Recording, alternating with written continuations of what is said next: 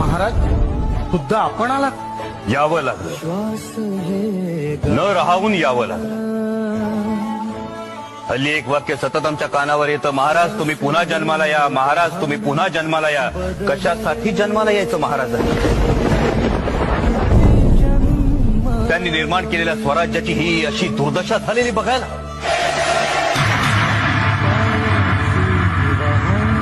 यवनांच्या अत्याचारातून रयतेला, माता भगिनींना मुक्त करण्यासाठी महाराजांनी जन्म घेतला. त्यांनी स्वराज्य उभं केलं, एवढंच नव्हे त्याचं सुराज्य करून दाखवलं. माता भगिनींचा सन्मान केला जातो, त्यांना सुरक्षित वाटतं ते सुराज्य. तुम्ही तरुण स्त्रियांचा हा असा अवमान करता. महाराजांनी आयुष्यभर एक शिकवण दिली, परस्त्री माते समान. त्या फक्त पुस्तकात लिहिण्यासाठी की भाषणांमधून बोलण्यासाठी?